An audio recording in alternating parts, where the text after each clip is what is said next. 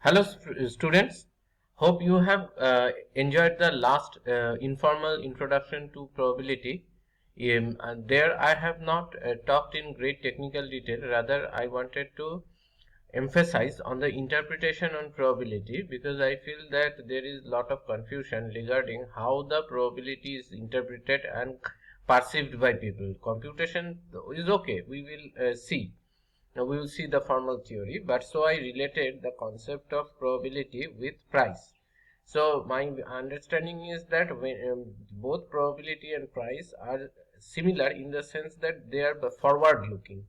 That means it is they reflect some kind of speculation. Okay, and there of course in price there is also a component of intrinsic value, as I mentioned, but the point is they reflect and quantitatively they are quantification of our speculation or of our about some event that is going to occur.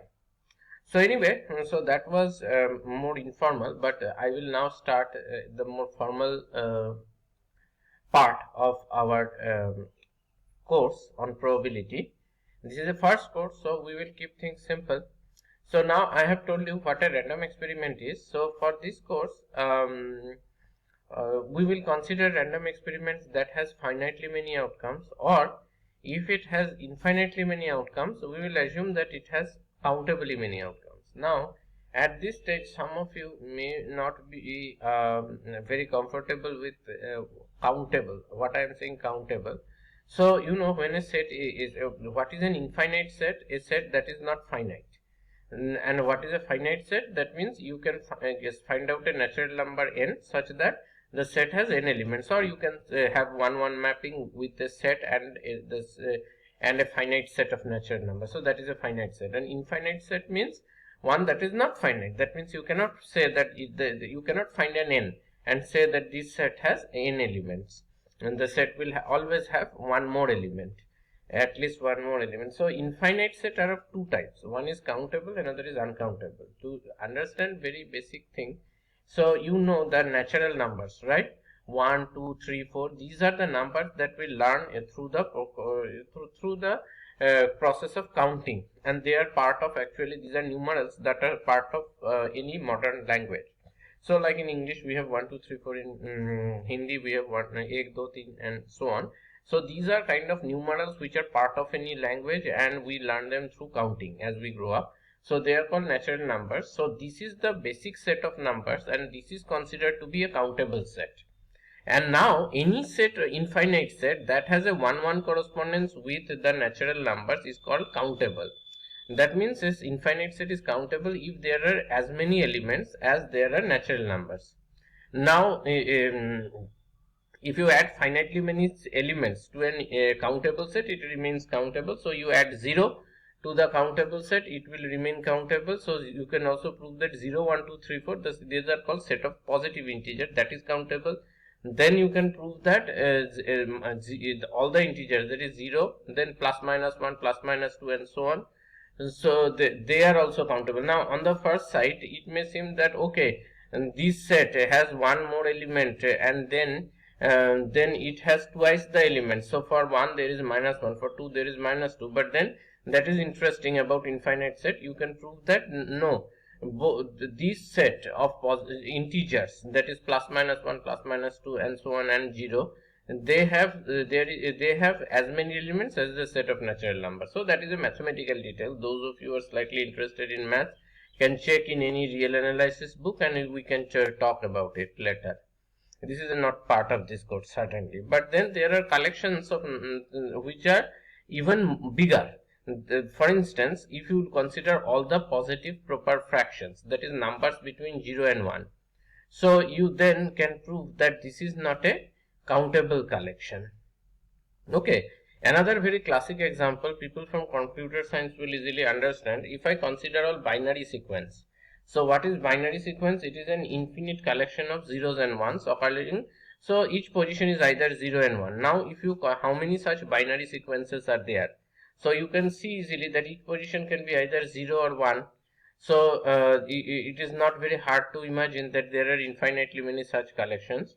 Now it is a very important exercise in analysis. In fact, it is known by the name of Cantor diagonalization principle to prove that it is an uncountable collection.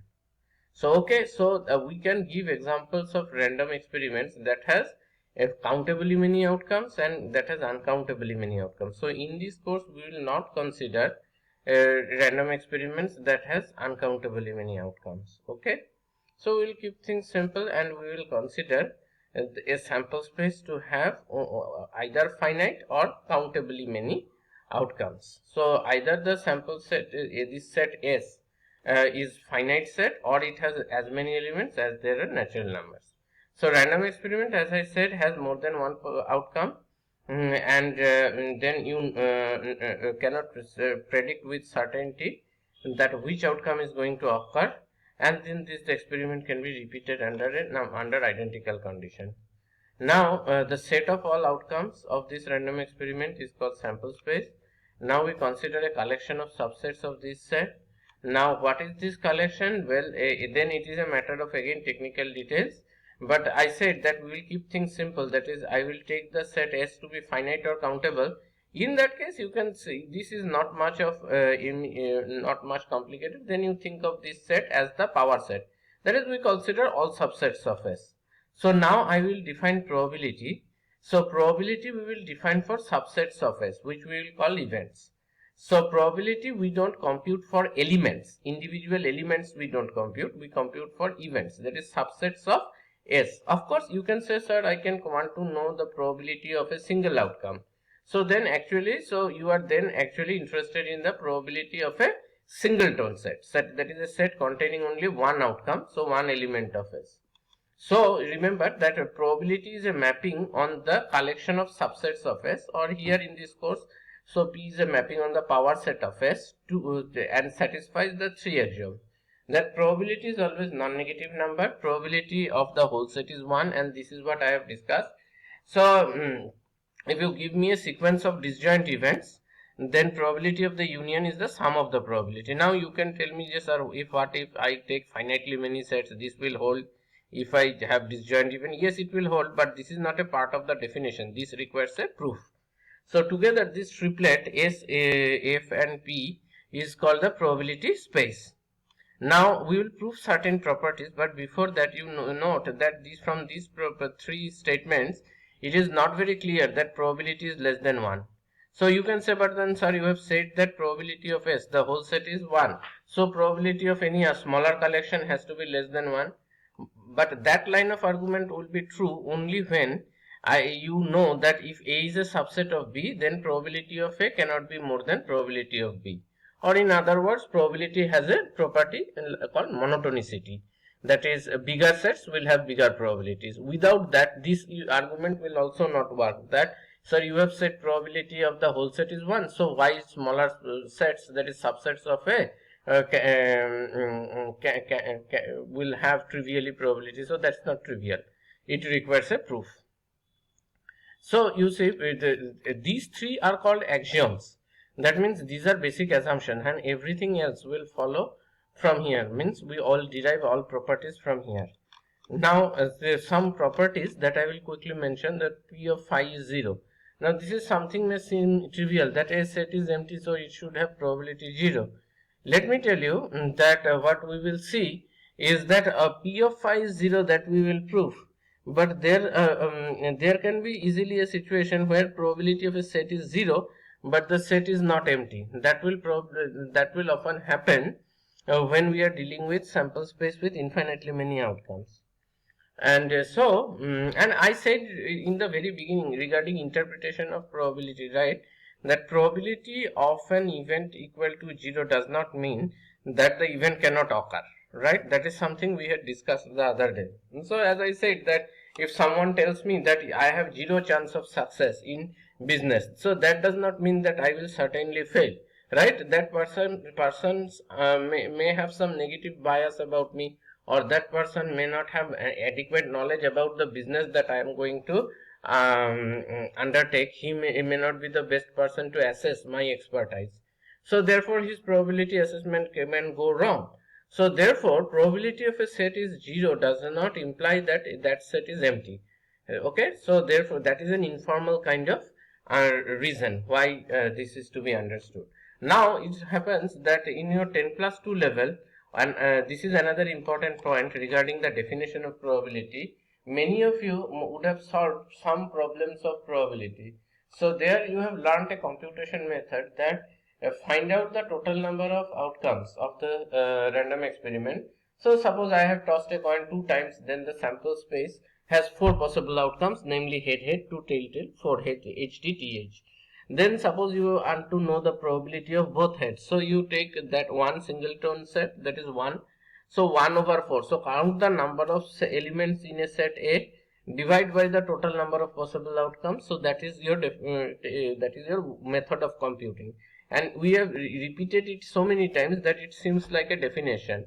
Let me tell you here at the very outset, that is not a definition. In fact, that is one of the special cases or one of the special ways, one of a particular ways of computing probability. So that we will come slightly later after we have proved all those properties that you are going to see over there. Okay, so in fact that requires a proof. In fact, if you go back to the statement, what you have been taught, just suppose a random experiment has got finitely many, so n equally likely outcomes. So at the very beginning of that method of computation, please don't call that a definition. So that method of computation, the basic assumption is that all the outcomes are equally likely. So only then you get that ratio na over n. Now we will see that it will follow from the properties that are going to prove that that is indeed so. But the main point is that finitely many outcomes and you assume everything is equally likely. Now, as I said in the interpretation of probability lecture, that there is no reason for us to believe that everything is equally likely, and in fact in many cases, most cases they are not. For example, if you are predicting which team is going to win, if as a expert in on a, say, let us say cricket, you look at the composition of the game, you look at the pitch condition, you look at the average scoring rate. So based on the information at hand, you will take an educated guess. So obviously you will not say that both are equally likely. So then your expertise, then your prediction has no use. So obviously we were trying to figuring out which team has an edge. So in most cases, when we are predicting, we do not assume outcomes to be equally likely. Otherwise, prediction is useless. So it is like saying that, okay, whether it will rain tomorrow or not, you are saying me just toss a coin, and that is as good as my probability prediction. So that's why you see in that this equally likely thing that you have been taught for computing probability n over n fails in most cases. So if you if there is a cricket match between any two teams, if you try to what is the chance of either team winning, by your formula it should be always half, right? So all those understanding of the game, understanding of the players, prediction based informative guess, that will be out of equation. So therefore that is not a definition. So therefore we take this as the definition. And again today I am running out of time. So first property we need to prove is that p phi is 0. So hints is that you look at axiom 1 and axiom 3. So you don't need to worry about axiom 2. So how do you prove that? You take a sequence an. I am writing the first line of the proof. Then you please try an. Oh, I have a problem today. My keyboard is not working. So as you can see, my keyboard has some problems. So anyway, so the point is that, let me not write anything.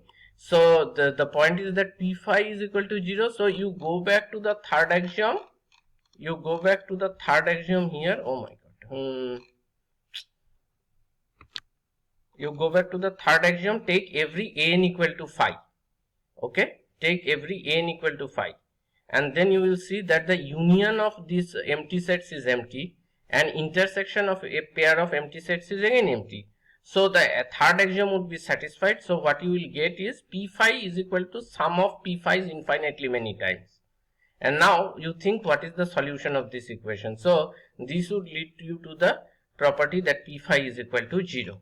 And then after you have proven this, just ignore them for a moment if you can. and then you have to prove that probability of A union B is probability of A plus probability of B. So this is again you have to